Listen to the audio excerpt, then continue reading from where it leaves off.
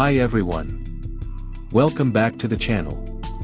In today's quick tutorial, I'm going to show you how to set margins in Microsoft Word. Before we start, someone might be asking, why set page margins? That's a good question.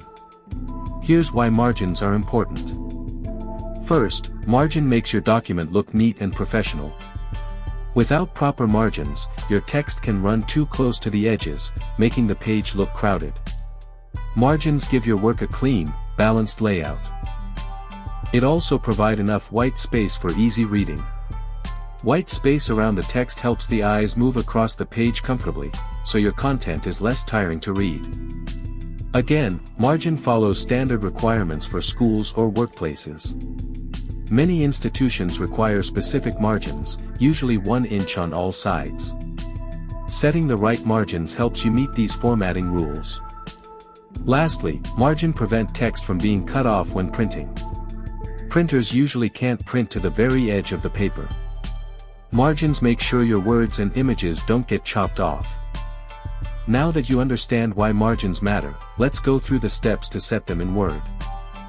Look at the top of the screen, and click on the Layout tab.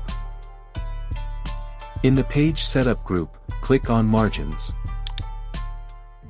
Select one of the ready-made options like Normal or Narrow. If you need something specific, click Custom Margins, and type in your values.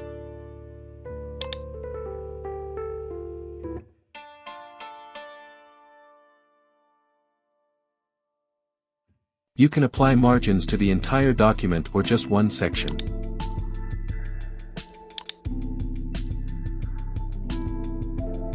And that's it. You've just learned how to set margins in Microsoft Word. If you found this helpful, don't forget to like, share, and subscribe for more quick Word tutorials.